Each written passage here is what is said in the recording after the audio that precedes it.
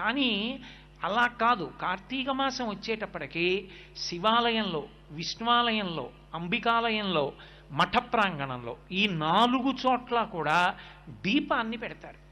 మీకు 12 నెలలు ఉన్నప్పటికీ కూడా 12 నెలలలో ఏ నెలలో పెట్టే దీపానికి కూడా ఆ నెలతో దీపం పేరు లేదు. ఏదో భాద్రపద దీపం, లేకపోతే ఆశ్వీజ దీపం, మార్గశిర దీపం అలా పేర్లు లేవు. ఒక్క కార్తీక మాసంలో పెట్టేటటువంటి దీపానికి మాత్రమే కార్తీక దీపము అని పేరు.